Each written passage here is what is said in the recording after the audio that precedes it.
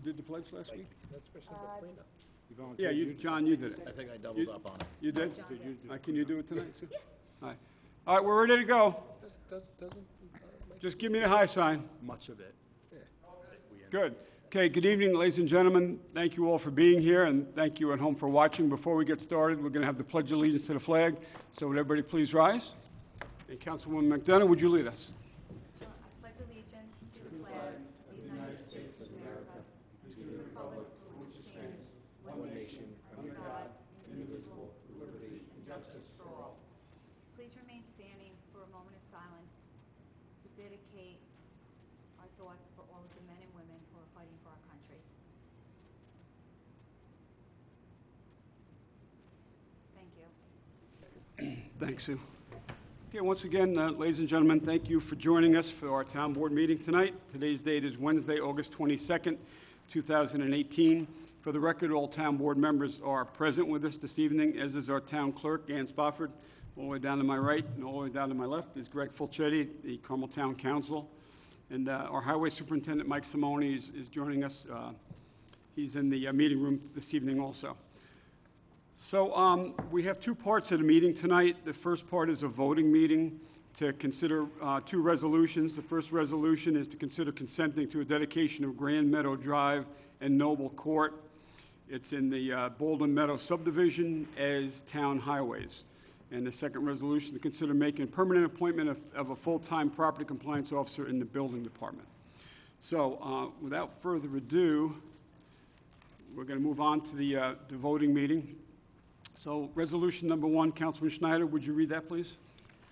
Before I do read it, I'm going to see if there may be a second on a motion to table the resolution, just in regards to gathering additional documentation required for this resolution. So I'll see if there's a second on a motion to table.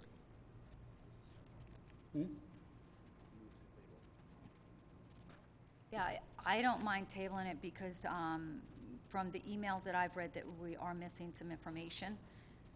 So if we want to wait to get the information, it's up to you guys. Comment on that? Yeah. I see no reason at all to table it. This is strictly to get the buses down that road. There's no liability on the town's part at all. Puts pressure on the developer to deliver the papers, and tabling it is just going to screw up the school superintendent and his bus routes, which have already been set. There's absolutely no liability to the town by proceeding ahead with this resolution. Yeah, I agree with Councilman Borelli. I don't believe we should table it. I think we should act on it this evening for some of the reasons that were stated by Councilman Borelli. Our town council, Greg Fulchetti, prepared the resolution, and he is comfortable with us voting on it tonight. He sees no reason why we can't. There's no negative exposure to the town, and there's no liability to the town. This is, as Mike said, to get the buses off of Baldwin Place Road into the Baldwin Meadow subdivision. And as you all are aware, we've had numerous complaints. The school district has numerous complaints about issues, safety concerns about the students and the buses at that intersection. So this gets them off of that intersection, back into the subdivision where I think they belong. And if town council felt that there were concerns, he would not have prepared this resolution and advised us. He has advised us you can vote on it. So he's comfortable with this, and he's confident that we're not limiting ourselves to opening up ourselves to any liability or any issues. I'm good with voting on it tonight. The items that are missing are the one person that's a holdout in this particular issue, and it's only one person. I think that can be resolved after the fact. We don't have to wait on this. It's basically spelled out, Kenny, that upon receipt of all remaining documentation. That's what I'm reading, because I will apologize to board and to people on TV.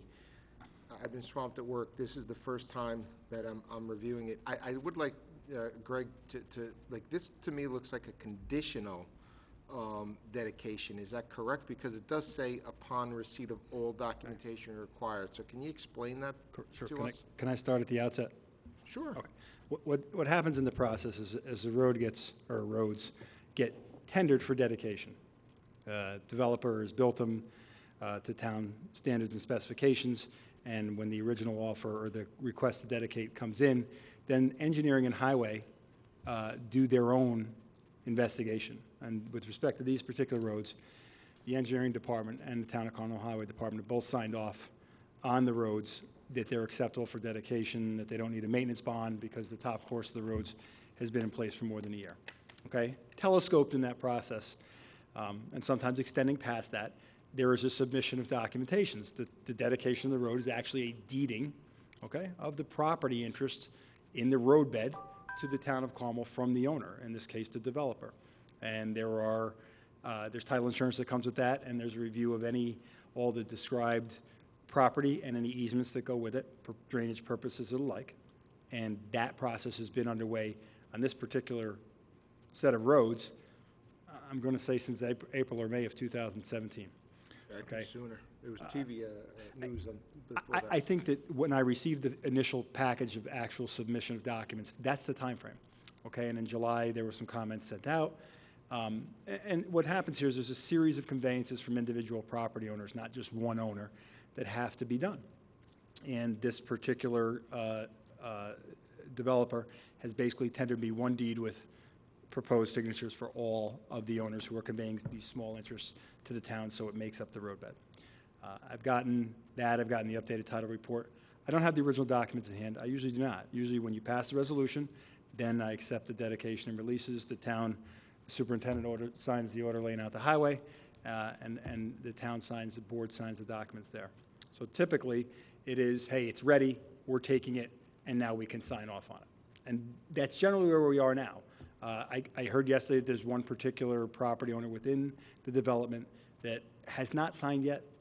I don't know any particulars about that, but the remedy for the board, if in fact the documentation isn't received as in stated in the resolution, you could always rescind it. You could condemn it because it's public purpose for a town road. There are other options that you have if in fact it doesn't come through. All right, but this is how we usually write the resolutions. The last ones we did were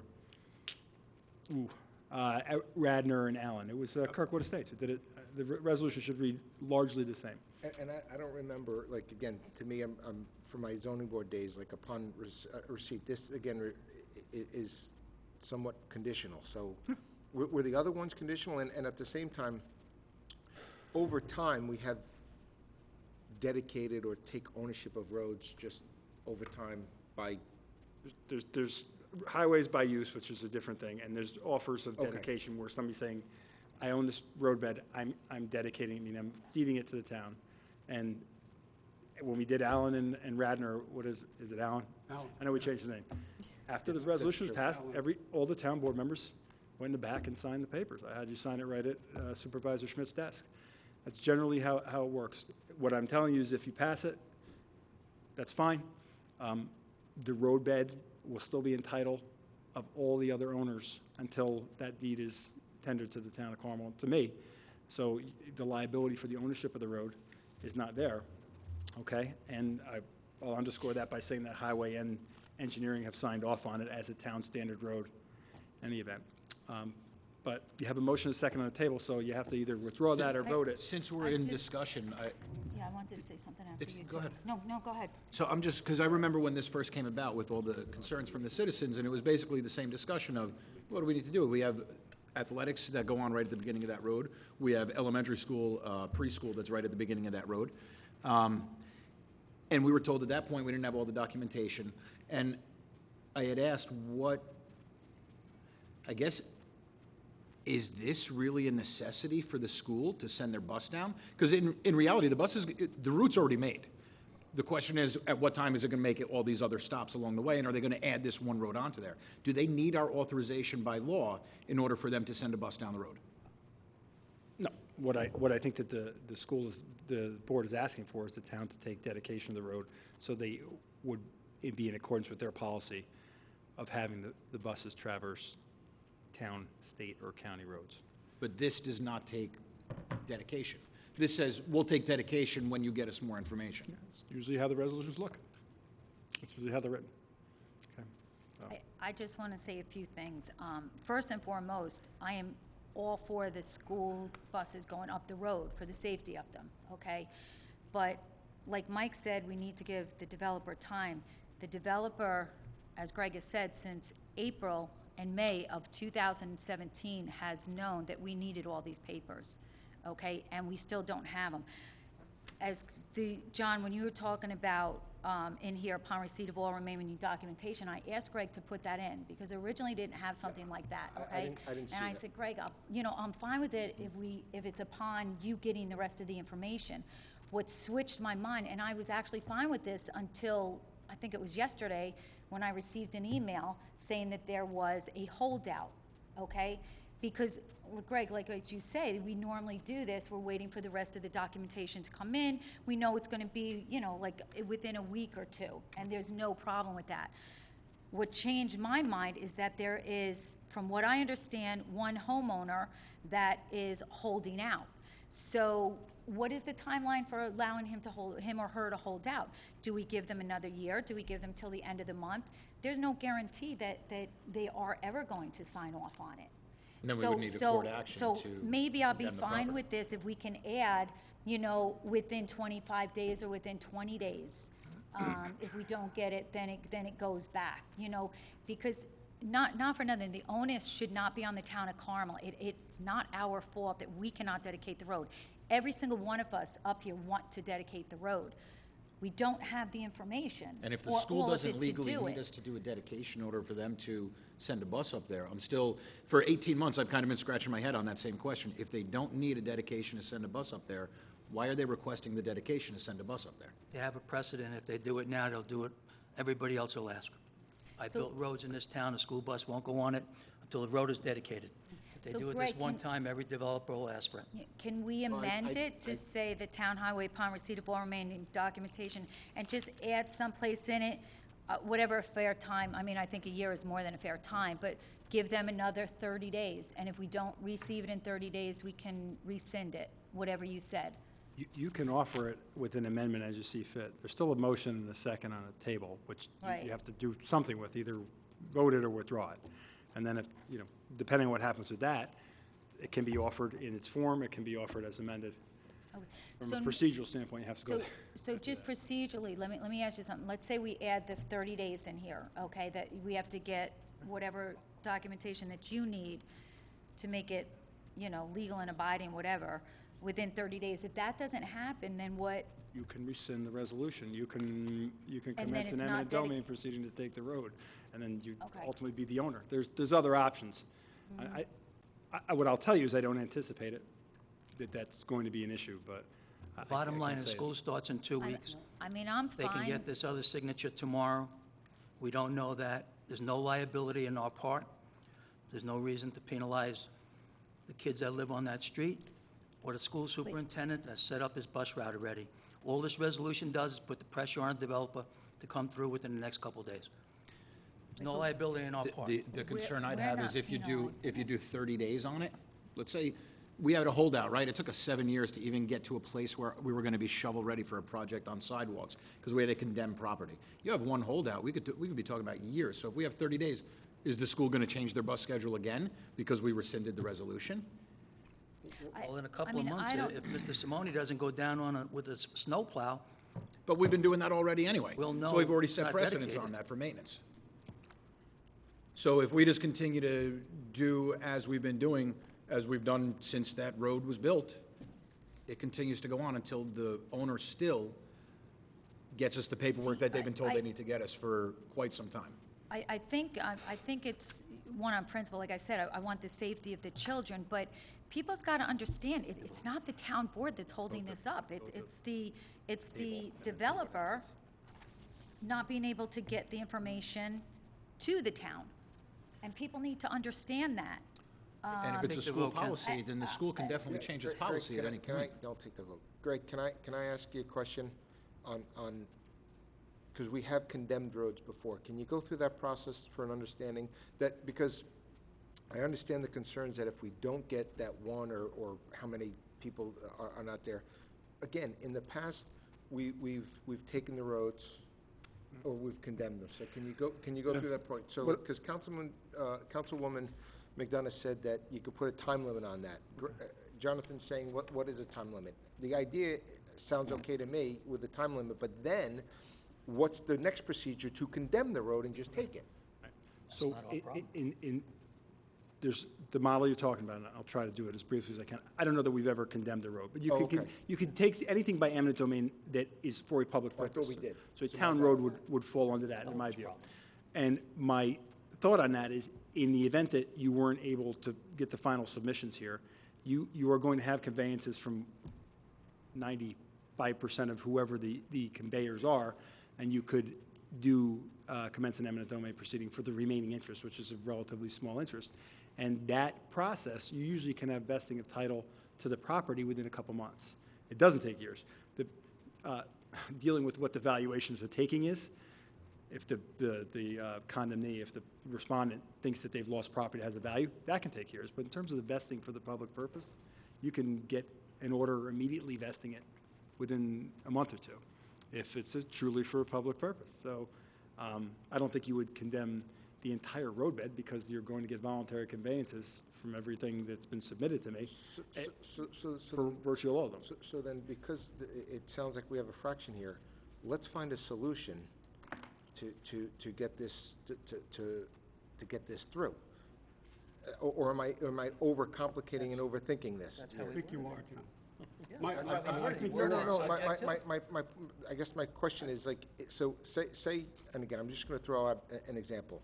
Say we add the modification that Councilwoman McDonough says 6 months, and we still don't have it in 6 months, but you're telling me that if it truly is, because we don't know, or I don't know, if it's truly one owner, then we could condemn that one owner's interest to get the remaining part of the road. Anywhere from one to all of them. One to all of them, but if it's one and we could do it quickly, okay, so it's one. So again, so my compromise is to make board members happy. If you add in a comment of 6 months, and then I'm gonna say on record, if in 6 months it doesn't happen, then, you know, do we look to condemn it, or do we look to go back? I wouldn't even give them that much. You're being generous. John, I'm just trying, I'm looking for a John. compromise Yeah, to well, make. he's looking for a I'm- solution so we can get this. Yeah, I'm looking for a so we solution can get the and school a buses compromise. up I mean, there. you know, because I have friends on this road. There's a town park on this road. There's park on this road. I did not read this part of the condition previously. Now I am reading it. So I'm just looking for a solution. That's all. That makes everyone here. The solution is the condition. But I guess, Mike, and again, like, so hypothetically, say we pass this, and I understand what you're saying, and then in 45 days, just an arbitrary number, one of us comes up and says, we still haven't gotten, let's rescind this resolution. Does. you're gonna pull the buses out of there? But that's that's my question. Really? No, but that's All right, my I know, question. I know. I'm We're not trying- gonna do I'm that. trying to be cute. We're not gonna But- do that. Kenny, but it's what not us pulling happens the then? buses out. We have no say over It's what the not buses us do. pulling the They'll buses do. out. Yeah, you are. Essentially, you are, because the No. school We have district is nothing not. to do with the yes, school you district, do. Kenny. You do. The No. school district is not sending the buses No. in there. And But Kenny, well, you that's- keep saying no, Susie, with all due respect. This is a health, safety, and welfare issue that we're debating up here now for 25 minutes. Well, Are you if kidding the me? developer gave us the information that we needed over the past year for But what- 2017, this would have been passed last year. What your That's attorney all is I'm telling you, saying. your attorney has said, he stated, that there is no negative side to you approving this resolution, that there's no exposure or liability to the town. So why are we debating this? Let's get that bus off of Baldwin Place Road into that subdivision. Do we have? Kenny, I would do we- love do- to do do we that have more than confirmation? anything. We're not, I would though. We're- love- we're- I would love to do it more We're than debating anything. that, though. Can we not argue? Again, I want to try to go back to a kinder, gentler nation and try to go and look for a compromise to make us all happy as opposed to fighting it. Because if we're going to just keep going back and forth, we're going to come to We're a standstill. passionately- So I know. We're I know. passionately I know. debating. But are there other roads in the town that the school board goes up that are not dedicated? I don't know, but I got a feeling I think there is. But I'm not going to get into it, because quite honestly, I'm not going to do this for the school, the school. I'm going to do this for the right thing. And I think the right thing is to dedicate the road or get it. But that's why I'm saying, if it's one holdout, and it's going to be truly an easy conveyance, so let's, Susie, if you're comfortable for a compromise, if you're comfortable adding a certain number of timeline, I'm comfortable with that also.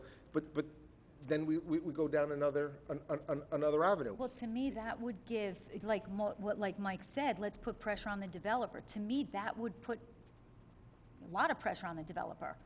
Hey, we're doing it, and it's showing the town and the residents of that area that we want it to be safe. We want the school buses to go up, okay?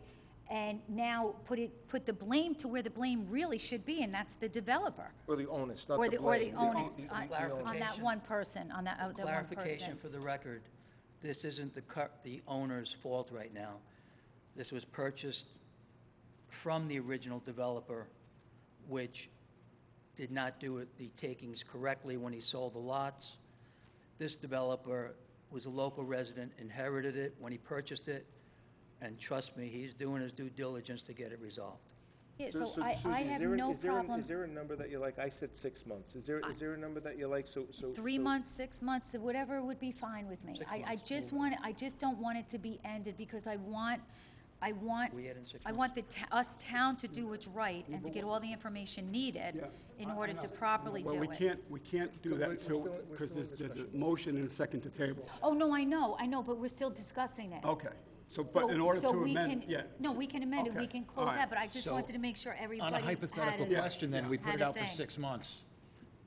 There's no movement on this, we'll say, a hypothetical one holdout. If we, And go to eminent domain. right, if we do that, do we rescind the resolution? There's many options, I guess. So this basically gives us just a 6-month hold card. And we can, because my concern is if we dedicate it now and then it turns out, okay, there's not really that much pressure. 6 months comes and goes. Do we rescind it? Do we push it out another 6 months? Is it something that we're not really going to have? I mean, we've been looking at this for over a year. Yeah. We've been discussing this for over the year, and I come back to the same question every time. Why doesn't the school dedicate it? If it's their policy, we make exceptions to our policy. We have a zoning board of appeal to make exceptions to all of our policies. We have appeals up here. We have an appeal coming on item number 3 coming to change what our policy is, or to at least make some type of variance on what our policy is. Why, and again, nobody's answered this for me, why doesn't the school do that? I still haven't been, and I've asked school board members, I've asked transportation department members, I've asked people, and I can't get an answer on why the school doesn't do it, and they keep coming back to us saying, do us a favor, just take it conditionally, doesn't matter what paperwork you have, just please take it conditionally, and then we're gonna send a bus up. And I still can't figure out why they won't send a bus up when they make an adjustment to their policy. And Mike, you're on the board, I don't know if you have any insight to this, if you could help me out on it, but I haven't been able to get a straight answer yet. No comment from Mike tonight. I don't know, I don't know I really don't know the answer you're looking for. I told you, this particular developer who I know bought the property with this problem. It's taken him a year to resolve the problem. He has one holdout, and the holdout is the seller of the property who took a big loss. And it's just a matter of their lawyer telling them, we're either gonna take the property, or you're gonna sign a piece of paper. It's a simple deed for 8 feet by 100 feet across, and there's no liability to us. All we're doing tonight is stopping a school bus on September 5th from going down that block with no liability. I don't understand it. What we're spending a half hour for discussing is mind-boggling to me. Put a 6-month, put any stipulation you want on it, and let's go to number 2. This is ridiculous. The school superintendent All right, requested to get this done, let's get it done. There's no liability on us. We've taken on a lot more liability with things we shouldn't have, and we're debating this for a half an hour? Greg, I'm sorry if I'm going to ask you to repeat yourself. I apologize. I do that all the time. What would the 6-month stipulation in the resolution, what does that do? Does it have a purpose? I think it has a purpose just for the board kind of clocking the process after it's voted on tonight. Because the truth is, any resolution you pass, you could come and rescind next week. We rescind it anytime we Or want. you could just decide you're going to take by authorization to commence an action to acquire the title of the property. So I think it just provides, it almost diaries Timeline. the matter for the board and for me to say, hey, is it done in this window? And what are we going to do if it's not? So if there's no All right, harm in it, so it's a compromise. are you comfortable with that in the resolution? Any problem with that Okay, all right, so let's do that. I would put it All right. after You're approved. okay with that? But you All right, have so to. you have to untable No, your, No, I guess roll call. We have You to can do a either roll withdraw it or call roll call, you gotta do one or the other, because it's a motion and a second. All right, I'll so, make a motion to rescind the motion at table, And I Second second it. to All right. rescind. and That's then now you off. make the motion, then you'll make the Then I'll motion. make a motion To to amend amend it. it, Greg, Anybody to read add it? someplace No, in we there didn't read it 6 yet. months. and We didn't read it we yet. have to read it. Where it says as approved in the first Yeah. decretal, you'll put your time frame after approved and before the semicolon. See that? The bottom of the third paragraph. Here, so. Town right council here. and approved And approved within blank. Within. Oh, okay, within, Okay. are Approved you guys within- good within 6 months? Yeah, so after the approved within. Perfect, Within a 6-month timeframe? yep. All right. Or just within 6 months, Greg? Yeah, I think it was just All within right, within 6 months. Yeah. Ann, do you have that? Got it, thank Oh, you. Okay, I need a motion to, Well, I think I think I have to Jonathan read has it you have to first, read right? it, you have to read it Jonathan has first, to and read then, it. okay, Jonathan, read resolution number 1, please. It's going to be a resolution consenting to the dedication of Grand Meadow Drive and Noble Court as town highways. Whereas an application to dedicate Grand Meadow Drive and Noble Court in the Baldwin Meadows subdivision to the town of Carmel has been filed by MJD Contracting Corp. And whereas the town highway superintendent and the town engineer have recommended that the reference roads be accepted for dedication, now therefore be it resolved in accordance with the provisions of section 171 of the Highway Law of the State of New York, that the Town Board of the Town of Carmel hereby consents to the dedication of Grand Meadow and Noble Court in Baldwin Meadow subdivision, and hereby authorizes the Town Highway Superintendent to sign orders laying out said Grand Meadow Drive and Noble Court as town highways upon receipt of all remaining documentation required in connection with said dedication have been received in form acceptable to Town Council within 6 months and approved. And be it therefore further resolved that the town board members are hereby authorized to execute and consent the town board in connection with the aforesaid dedication. And be it further resolved that upon the recommendation of the highway superintendent and the town engineer, the posting of a maintenance bond for said road is hereby waived, since the top course of pavement on each of the referenced roads has been in place for over 1 year. I offer this resolution as amended. Second? Just one correction, Jonathan. Greg, let me just double check with you.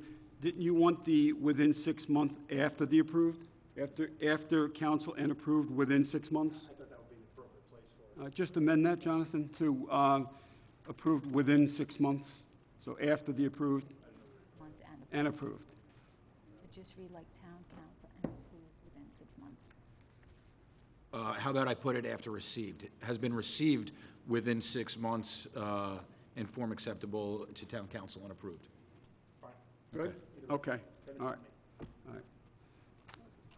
Second, All right, as amended. As Okay. amended, yeah. Offered and amended by Councilman Schneider. You got it. Seconded. Second it? Seconded by Councilwoman McDonough as amended. Roll call vote, please. Councilman Borelli? Yes. Councilman Schneider? Yes. Councilman Lupinacci? Yes. Councilwoman McDonough? Yes. Supervisor Schmidt? Yes, motion carried. Thank you. And again, I'm glad we got this Compromise. done. Yeah, I Compromise, just want yeah. to do what's right for the town and what's right for the school, and especially for the students To going get up them off there. the- right. That's all. Yep, perfect. All right, thank you. All right, Councilwoman McDonough, would you read resolution number 2, please? Sure, resolved that the town board of the town of Carmel hereby appoints Dennis Marasek, formerly employed by the town of Carmel, on a part-time basis as property compliance officer as full-time permanent property compliance officer effective August 24th, 2018. As full-time property compliance officer, Mr. Marasek shall be placed at Group 7, Step 4 of the salary schedule at Appendix E of the collective bargaining agreement between the Town of Carmel and the Civil Service Employees Association, Inc., Local 1000, AFSCME, Town of Carmel, Unit, Putnam County, Local 840. As such, Mr. Marasek's annual salary shall be $62,413.94, which amount will be subject to change by successor collective bargaining agreements. I offer this resolution as read. No, because she's working now. I'll second it. Sue, Kenny? Huh? On that, Greg pointed out something, Yeah. too. The building department thought it was effective today because he's been here all week. So Greg wants to know if we could do it, just change that date to 24th to the today's date. Okay, that's fine. Suzie? Change it to Yeah, what? amend it, amend this from the 24th to the 22nd? 22nd. Okay. So, Ann, I amend it to effective August 22nd, 2018. I offer it as amended. Thank you, You're welcome. I second it as amended also. thank you. All right, roll call vote, please. Amendments. Councilman Borelli? Yes. Councilman Schneider? Abstain. Councilman Lupinacci, Yes. Councilwoman McDonough, Yes. Supervisor Schmidt. Yes, motion carried. Thank you. Can you make a statement on that? Sure, yeah. Consent. For the people that don't follow this very closely, this is, and you've seen the police that we've hired and the things that we've done in the last couple of months, this is a very important appointment. We now have a full-time compliance officer. So the people that have emailed me and called me regarding cars, property, in disrepair and things like that, we now have a full-time instead of a part-time person taking care of this. So it also goes with the signage and violations all over the place. So you should see a serious pickup in violations issued and a general cleaning up of the town from the condition that it's in now. Thank you. Or said differently, I hope we don't get any violations, that people now say, there's a Uh-oh. full-time guy, Yes. let's fix what we Yes. are out of compliance. Yeah, so the That would people be that are better. out there realize now the sheriff is full-time. Great, thank you for that, Mike. Okay, that completes the voting meeting. I'm sorry, the two items for this evening's meeting. Does any members of the public would like to come up and comment on the agenda items we covered? Come on up at this time.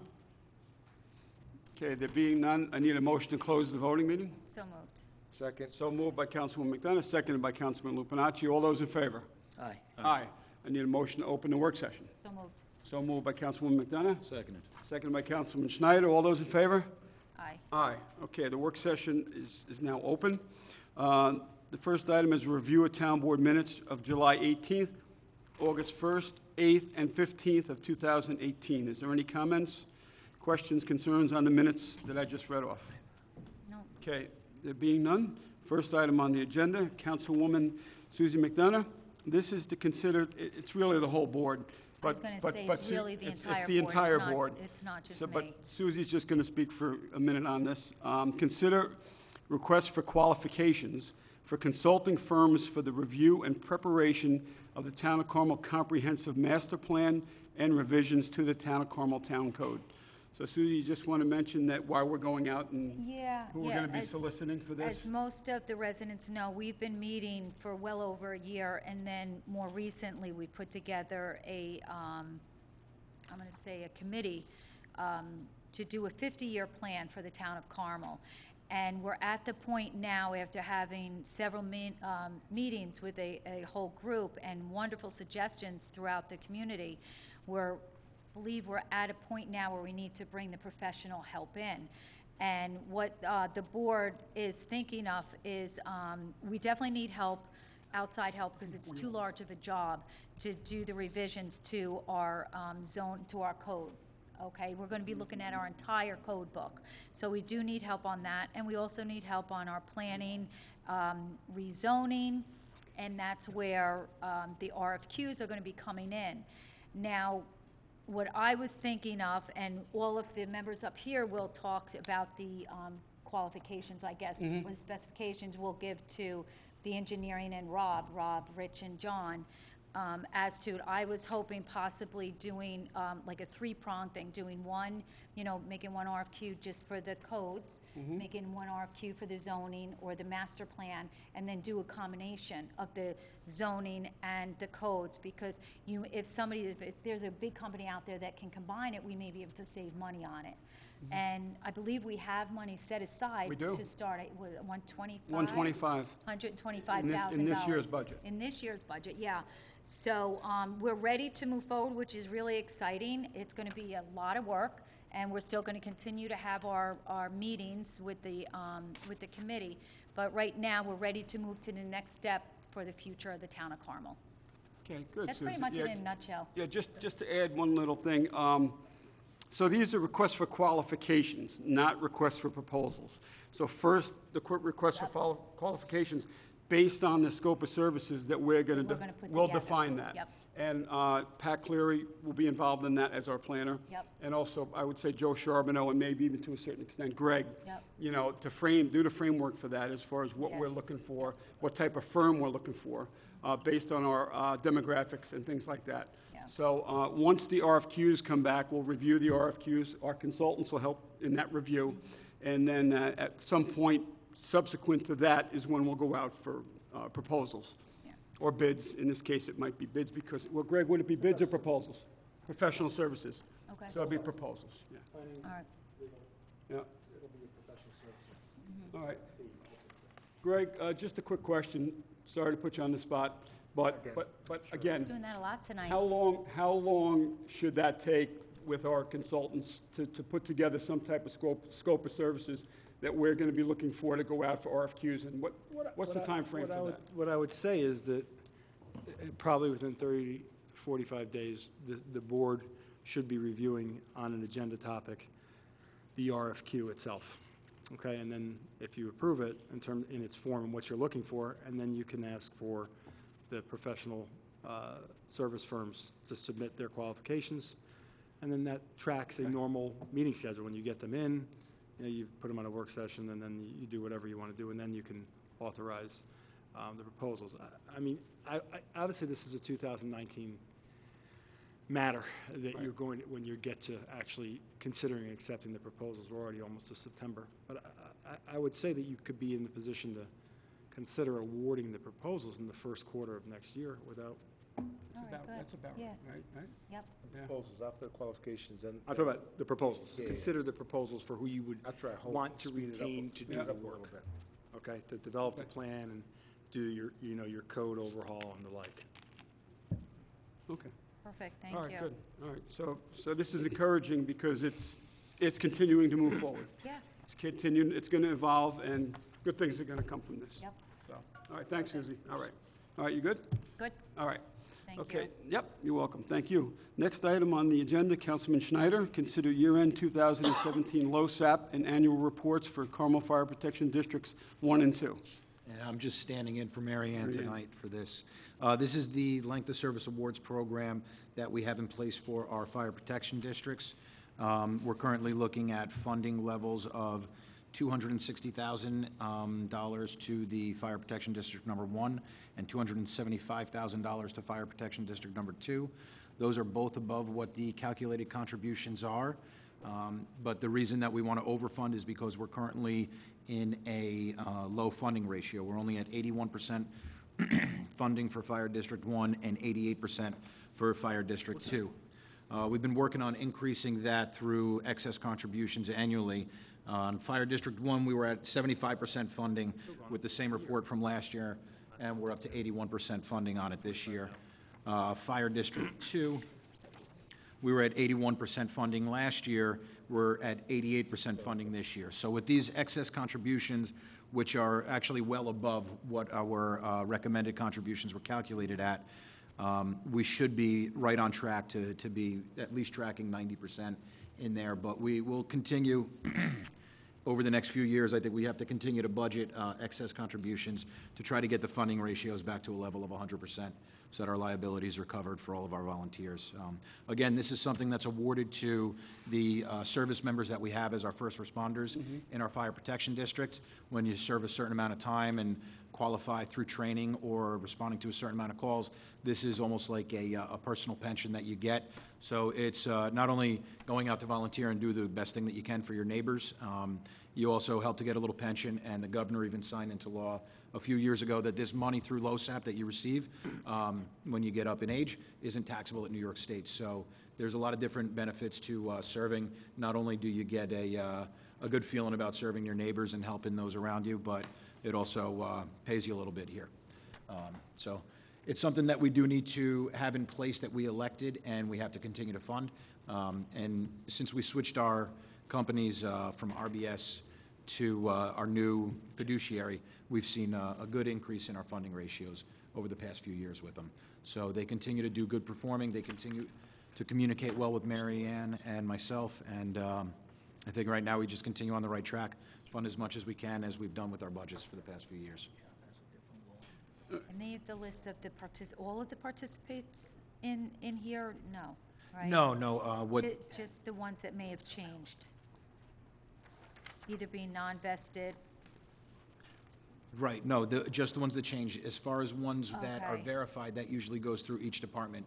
They are the ones that will verify their membership, that they've reached their criteria needed in order to get the credit for the service year. Okay, and they send those names into Annually, LoSAP, yes, right? each, Annually? Okay, Each fire protection district is supposed to have a representative that actually handles it as basically an officer's duty, and they're supposed to report annually to keep it updated so we know who's been added onto the roll, who's been taken off the roll, if new members have started to receive benefit, but basic changes on things like that. If life insurance proceeds have been paid out, if there's been the passing of a member, those are all things that are supposed to be updated annually with. Yeah. Okay, perfect, thank you.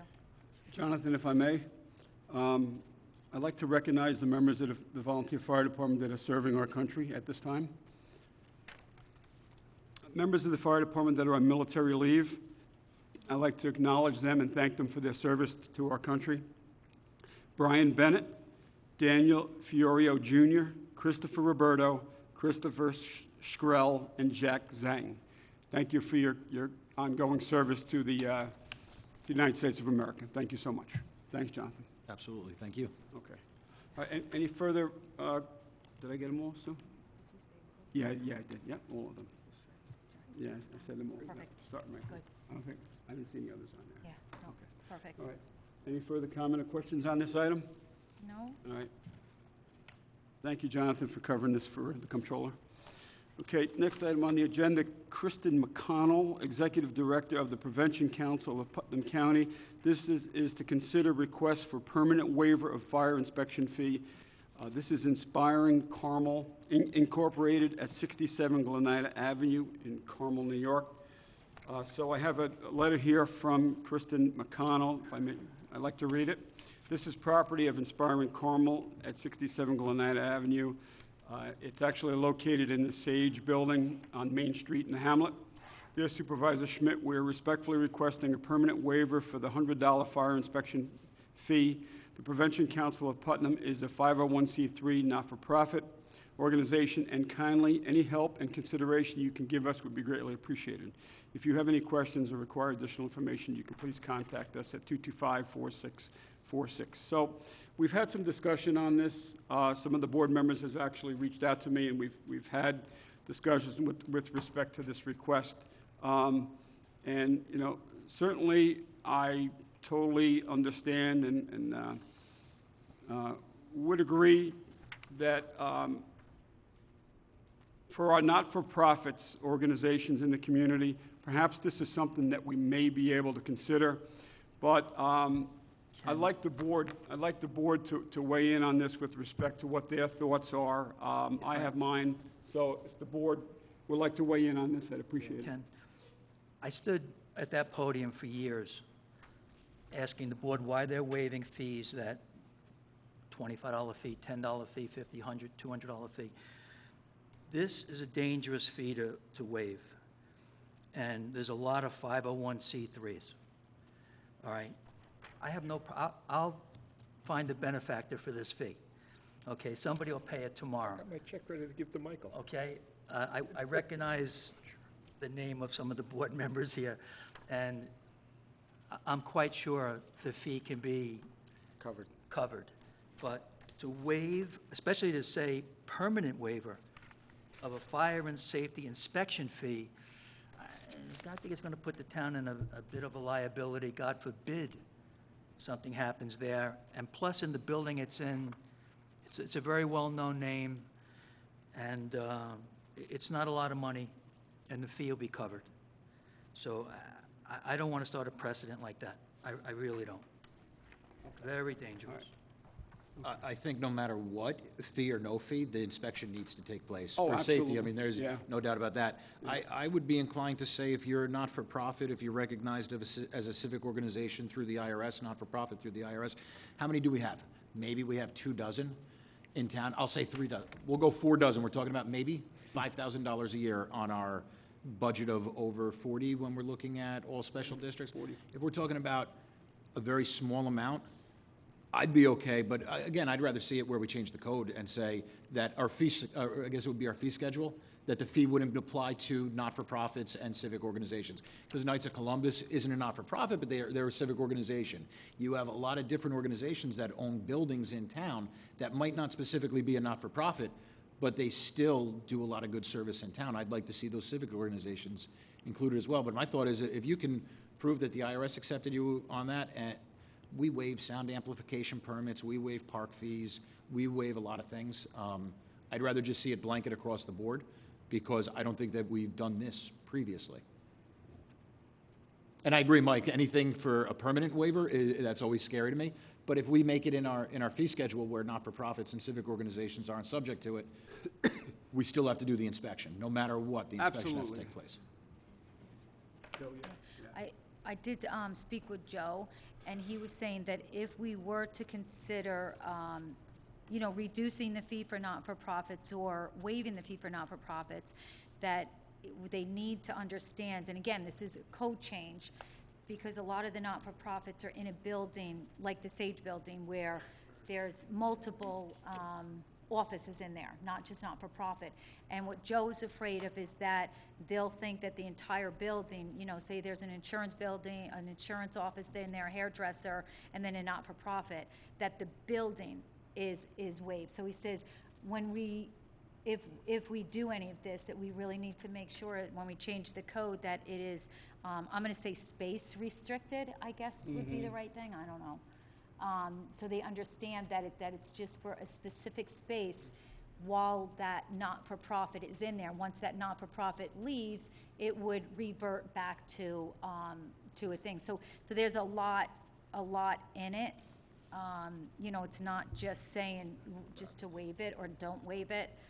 You have to, there's gonna have to be some type of. So if the not-for-profit is leasing space from the property owner, from the building, and it's within the building, Yes, if that space is within the footprint of the building, yeah, and they're leasing it from the landlord, right, an office, let's say. Yep. Like in this case, that would be covered under the building's fire inspection, that the landlord pays. Is that what you're saying? No, It would be all-encompassing? from what I understand it, there's 3 different businesses. I'm just gonna use the Sage Building, because this is the one we're talking about, or any building. Say there's a building with 4 different Every offices. Every One of occupant them is requires not-for-profit, the other 3 are for-profit. From what I understand, there's 4 different fire inspections done there. So let's say there's a bakery in office number 1, they get their own fire inspection and their own fee. Every Then tenant. office number 2, it's every tenant. Then office number 3 is a not-for-profit, so we would waive that space, or not waive that space, whatever we decide. Then office number 4. So it's not per building, it's per office. Unless there's just one building that has, it's just like a lawyer, an attorney building, and they have no rentals. Then I believe it's just one fire inspection. So, because I know you spoke about it, that maybe we talk about just having one building.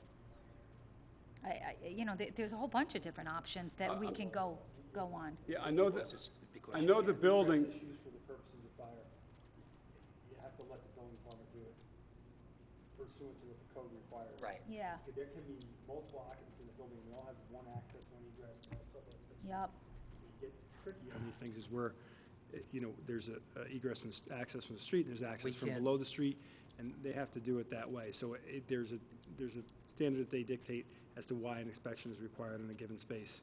right, the space. Not necessarily just the occupants, but how it's configured.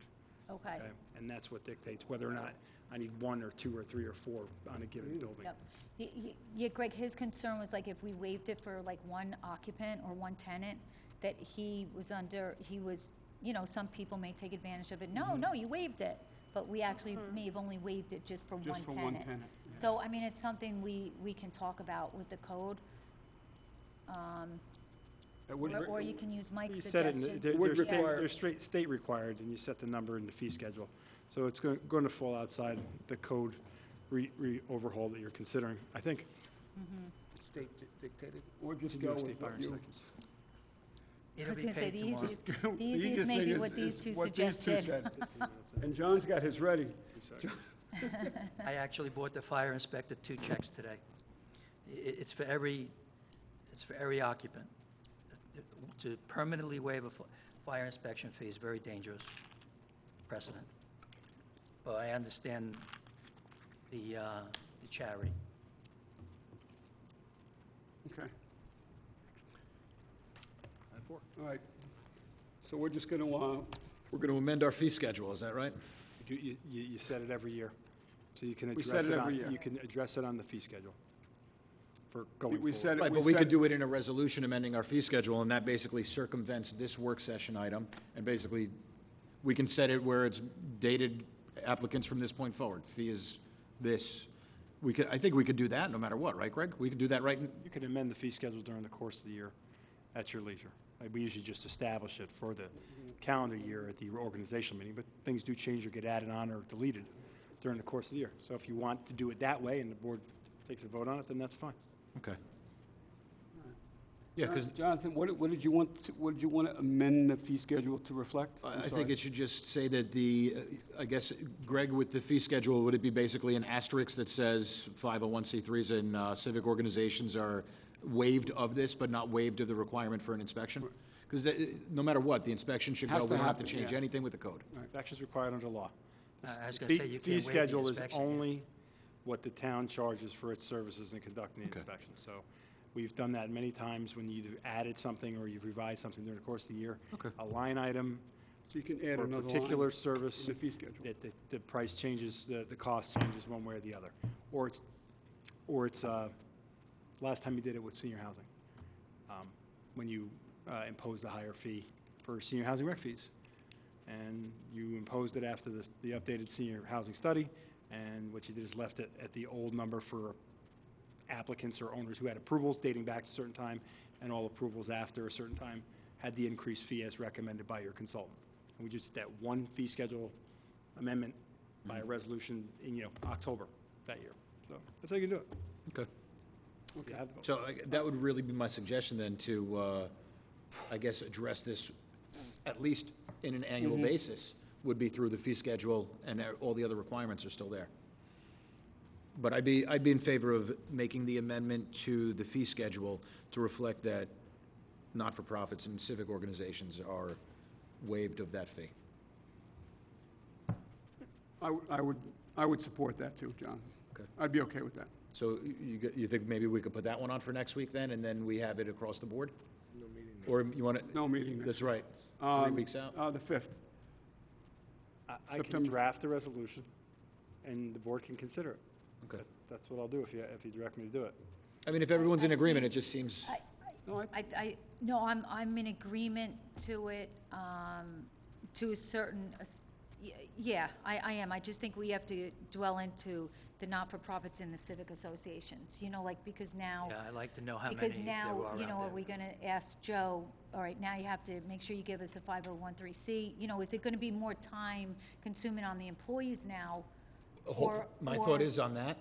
You know what I'm Here's a saying? simple, do you have a letter from the IRS saying that you're a 501c3? Yeah, bring And if it not, in. give me my check for $100, and then here you go, problem solved. So have the onus on Yeah, the absolutely. not-for-profit On the or the civic not-for-profit. association. Yeah, all we I'm fine need with is a that. little I letter, just that's don't it. want, I just don't want the employees having to run around after the. No, I people. agree wholeheartedly. You know what I'm saying? Because that's taking time away. Yeah, just hand it to him when yeah. the certificate. But again, 501c. that takes communication Yes. from the town to get that out to people, that's what they're gonna need to do. Mm-hmm. So, all right, good. Okay? All right. All right, next item, number 4, Mike Simone, Highway Superintendent, consider request to authorize refund of snow bond for Kirkwood subdivision for $3,300. You want me to just handle it, Mike? Okay. From Highway Superintendent.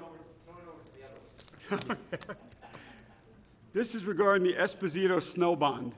As the roads in Kirkwood Estates LLC are complete and have been dedicated to the town, I recommend that the $3,300 snow bond, reference 2003-12, be released back to Esposito Builders, Inc. Board members, any questions, comments, concerns on the $3,300 snow bond return? No. Jonathan, Susie, good? No, I think this is the first one I've ever seen in my tenure. It's your tenure. I've never seen that, yeah. Yeah. All right. Thanks for coming, Mike. Next item on the agenda is Mike Carnazza, Building and Codes Enforcer. This is to consider request to advertise for bids for maintenance, cleanup, and various properties. So you have the memorandum from Mike Carnazza. These are regarding property cleanups throughout the town. Please be advised that we have made several attempts to contact the owners of the following 4 properties: Code Section 114-15 allows the building inspector to correct or cause to be corrected such violation, subject to the approval of the town board of the town of Carmel. Can you please authorize me to get bids to clean up the following properties? The first one is tax map 75.65-1-43. It's located at 4 Cross Drive, Mahopac, New York. Property needs to be mowed, weeds cut, cleanup, and litter debris removal. Second one, tax map 75.6-2-64. It's located at 615 Route 6N, Mahopac, New York. Property needs to be mowed, weeds clean any litter and debris off the property. Third one is tax map number 63.82-1-69, 313 Oak Road West in Mahopac. Property needs to be mowed, weeds cut, clean up, and remove any litter or debris from the property. Fourth one and final one, tax map 86.47-1-20, 30 Shore Drive in Mahopac.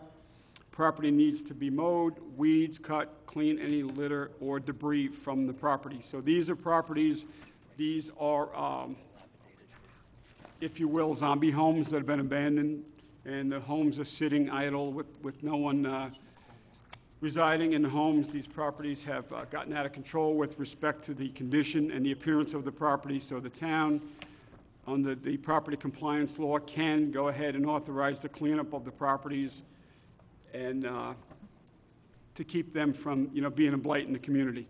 And the town at that point will levy the properties, and the monies that we spent on the cleanups of the properties will be reimbursed back to the municipality. So it's not a permanent loss to the town. The money will be recovered through the levy at the end of the year from Putnam County. So, board members, any questions, comments, concerns on these 4 properties that the building inspector has asked us to clean up, or he has asked to have cleaned up? No, I think this is our third round this year. We've been doing this for quite some time now, and Mike's really picked up the pace on it.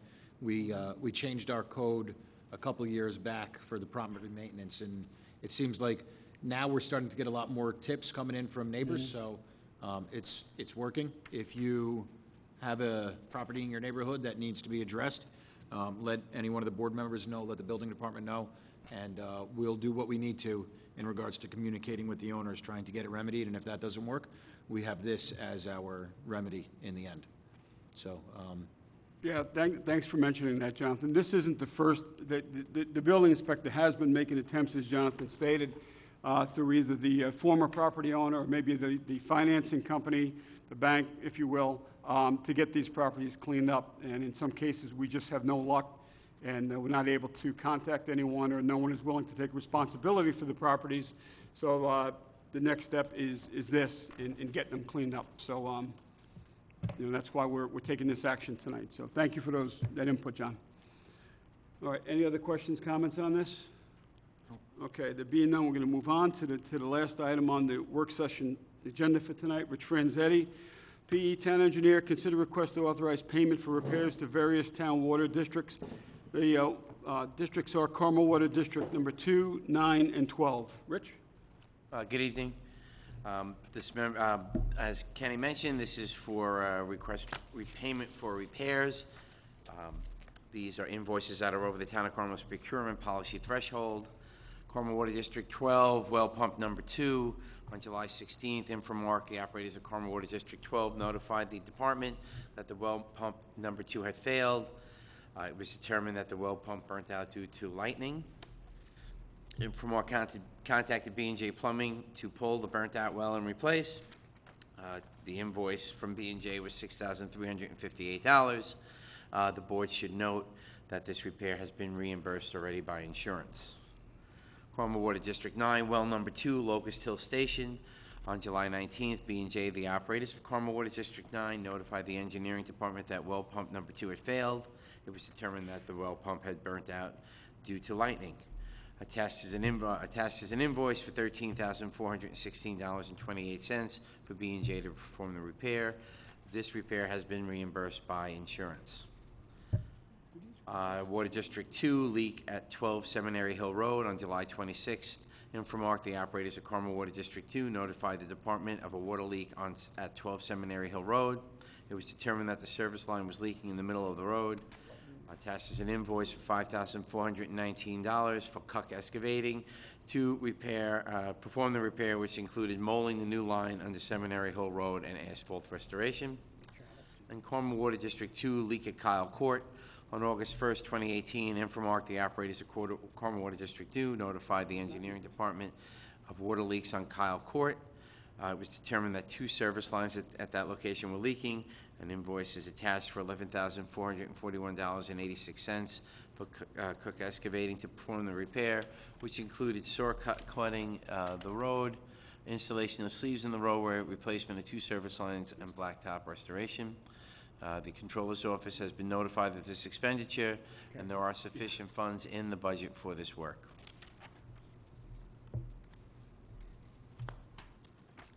Okay, that's it, Rich? That's it. Okay, Rich, I just have one question. What is a support vehicle for $155 a day on the one on Seminary Hill Road and Kyle Court?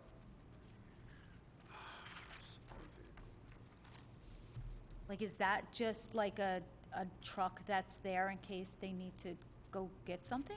I don't know that answer off the top of my head, but I can confirm that for you and get back to you Because I tomorrow don't, with it. I mean, I could be wrong, but I don't remember seeing a support vehicle on He his uses- bills before. Yeah, I don't know. I'd have to double check that, so that's a question I can ask them and get back to Yeah. the board on. All right, yeah. I mean, I Probably a could be tool wrong. truck. I maybe have seen it. That's what I'm thinking. It's just a truck. tool truck. But I don't remember seeing it before. I can always go back and look. I'll double check. Okay. There's a lot of things I can question on these. here. Maybe we should ask what that is. Yeah, Yeah. All right. Any other further questions, comments, concerns for the engineer on this item? No? Okay, thanks, Rich. Thank you. Can I ask, Rich, Yep, hold on go one ahead. second. I just want to ask a question, because I know next week I'm going to be getting these questions. But I asked you today with the supervisor there, were you aware of any change orders on Water 9 from the original bid estimate to the final bid opening? And you said no, is that correct? Yeah, that has nothing to do with these invoices, No, though. has nothing to do with this. I want to ask you a question with the rest of the board here. Because I told them I spoke to you and I want to verify it. Yep. Mm-hmm. That's correct. Okay, thank you. Okay, so that completes the agenda, the work session agenda items for this evening's town board work session. Is there any members of the public, which I don't think so, would like to come up and comment on the agenda items that we covered? Nope, there being none, we're going to open up the floor to new business, open forum, public portion of the meeting where you can come up and address the town board on any town-related matters. Okay, there being none, we're going to move on to announcements. Any town board members have any announcements they'd like to make tonight? I just have one item that I'd like to speak about just for 2 or 3 minutes, if I may. Yeah. Okay. I made the board aware of this last week through an email, that I've received a number of complaints from town residents that, of multiple peddlers going door to door throughout the community, knocking on doors, soliciting business.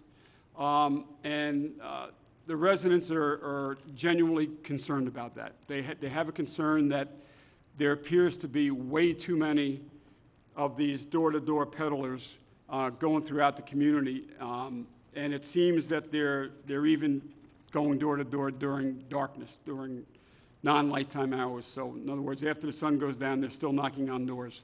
And in some cases, these door-to-door salespeople, which that's what I'm going to call them because that's really what they are, is they're knocking on the door, and when the homeowner doesn't answer the door, they've walked around to the back of the house, which is extremely alarming and concerning to the homeowner, that somebody who they didn't open the door for is now on their back deck, is walking behind their house. That's a problem. That's a big issue. And in another case, a woman did not allow her daughter, her young daughter, to take their dog out for a walk in the community while these door-to-door people are roaming throughout the community, knocking on doors. I think I think this is a problem that needs to be addressed. I think it's gotten out of control. Over the years, we didn't have as many, but the numbers are climbing. Every year, we seem to have an increase in the amount of applications or peddling permits that are issued by the clerk, the town clerk. Just for an example, in 2015, we had 12 total. 2016, we had 27. 2017, it dropped a little bit, we had 21. But this year so far, there's been 31 requests for peddling licenses throughout the town of Carmel. And the peddler or the solicitor who's applying for the permit is required to pay a $500 cost for the permit per person, per peddler. So if a particular business has 5 peddlers that they want going throughout the community, knocking on doors, soliciting business, they're paying the $500 per person. So that's how much it means to them to get them out here in the community and try to, drum up business. I understand that, but I'm very concerned about the number of them and where the number has gotten to. So these are peddling permits. There's 31 peddling permits, but there could be multiple people under each permit. Right.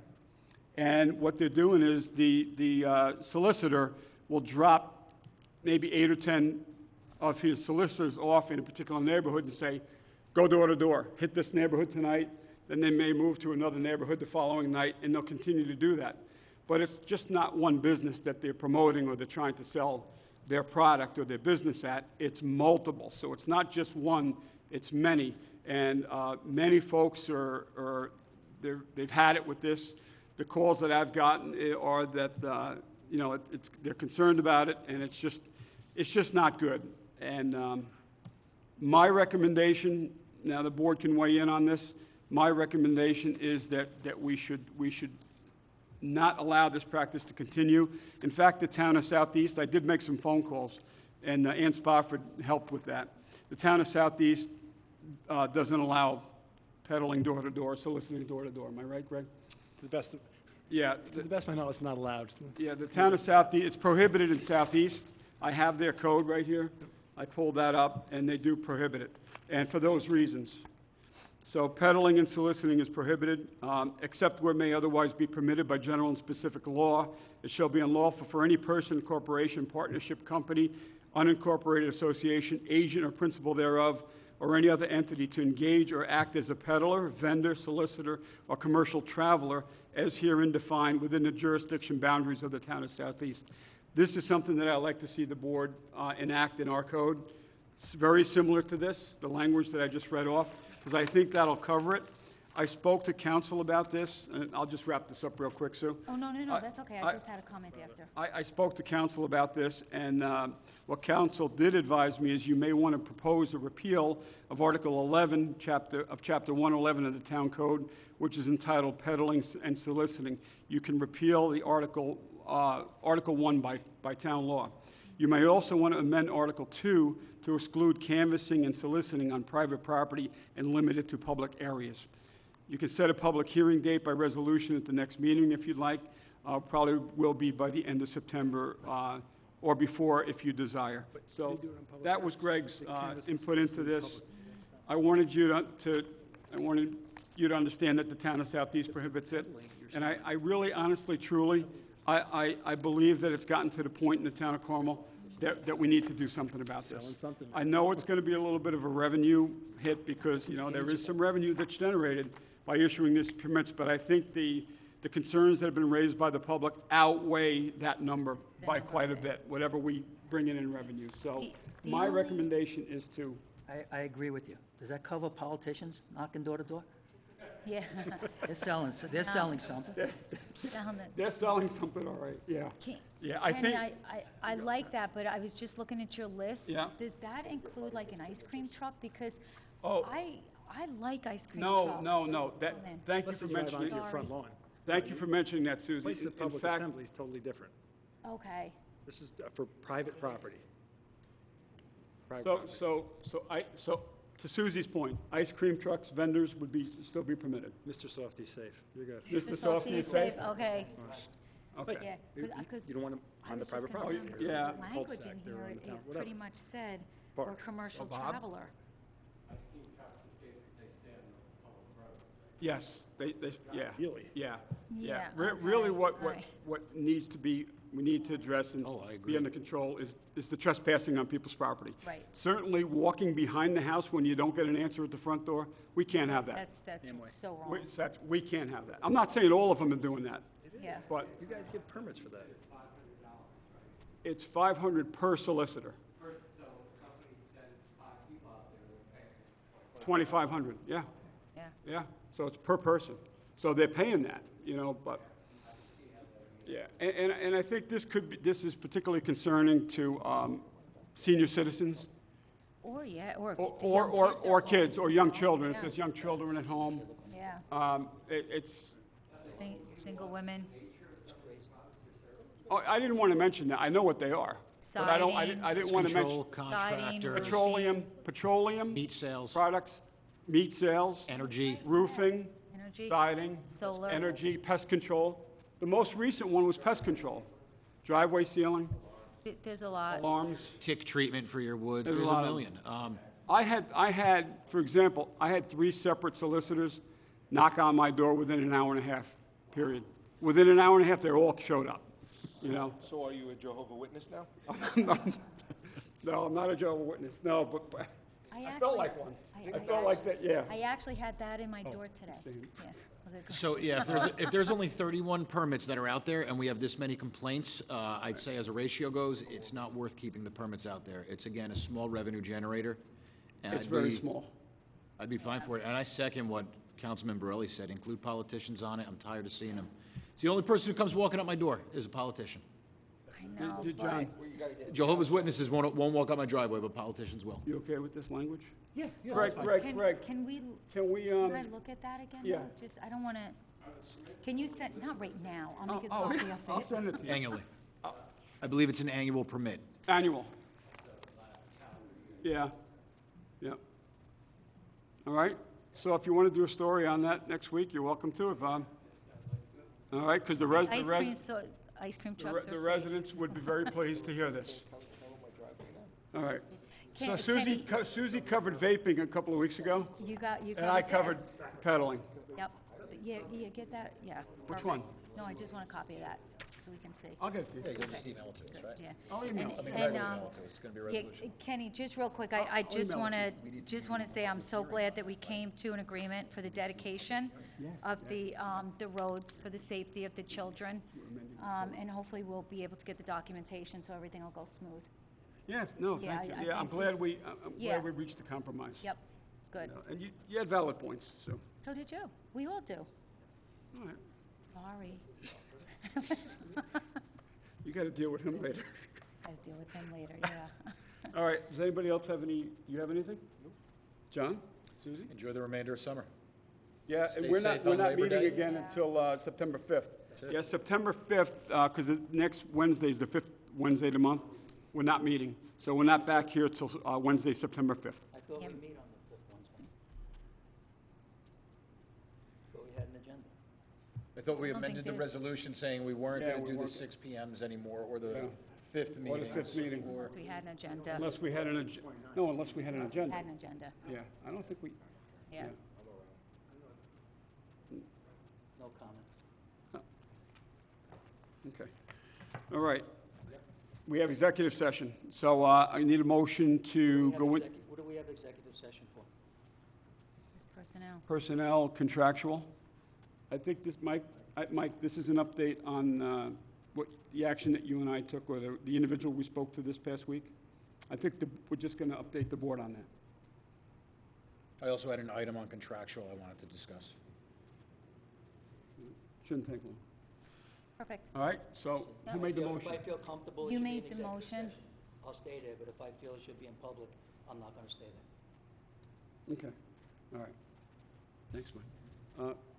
You Who made made the the motion? motion, I seconded it. To go into executive Yeah. session? All right, all those in favor? Aye. All right, good night, everyone. Be well. We'll see you back here on September 5th, Wednesday, September 5th.